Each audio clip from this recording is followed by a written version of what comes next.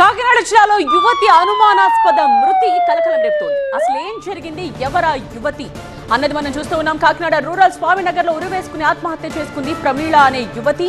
ఇంటి ఓనర్ కొడుకు భరత్ నందన్ తో ప్రేమ వ్యవహారం ఉందని యువతి ఫ్రెండ్స్ చెప్తున్నారు.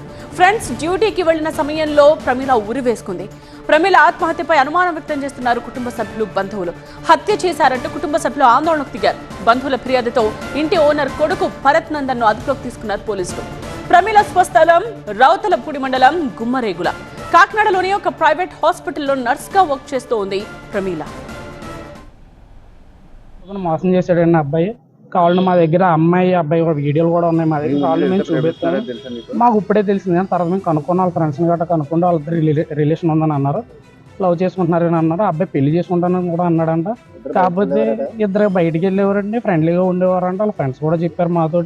కాకపోతే అమ్మాయి ఇప్పుడు పెళ్లి చేసుకుందాం, మ్యారేజ్ చేసుకుందాం అని చెప్పని అడిగేసరికి మీరేమో అదర్ క్యాస్ట్ అమ్మాయి నేను ఎలా చేసుకుంటానని చెప్పని నీ చావు నువ్వు చావు అని అంటే ఆ అమ్మాయి ఏం చేయాలో తెలియక నువ్వు ఎలా చేస్తున్నావు ఏంటని అడిగేసరికి ఆ అమ్మాయి కొద్దిగా ప్రెజర్గా ఫీల్ అయింది.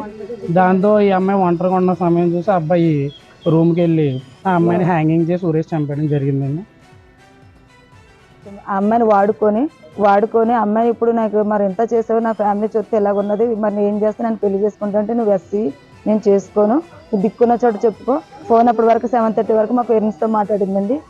తర్వాత మా ఫోన్ ఆన్లోకి రాలేదండి. ఆ అమ్మాయికి ఏమైందంటే అప్పటికే ఈ అమ్మాయి కింద రూమ్లో ఉంటుంది సార్. కానీ ఈ అమ్మాయి పై రూమ్లో సూసైడ్ చేసినట్టుగా మాకు తెలిసింది సార్. అది మేము వెళ్ళి చూసుకుంటేనే. కానీ కింద రూమ్లో ఉన్న అమ్మాయి పైకి వెళ్ళేలా చేసిందని అది మాకు డౌట్ అండి. అది కానీ ఇక్కడ చంపేసి హ్యాంగింగ్ పైకి చేశారండి. అది అబ్బాయి చంపాడు సార్. చాలా టార్చర్ పెట్టి చంపాడండి అమ్మాయిని.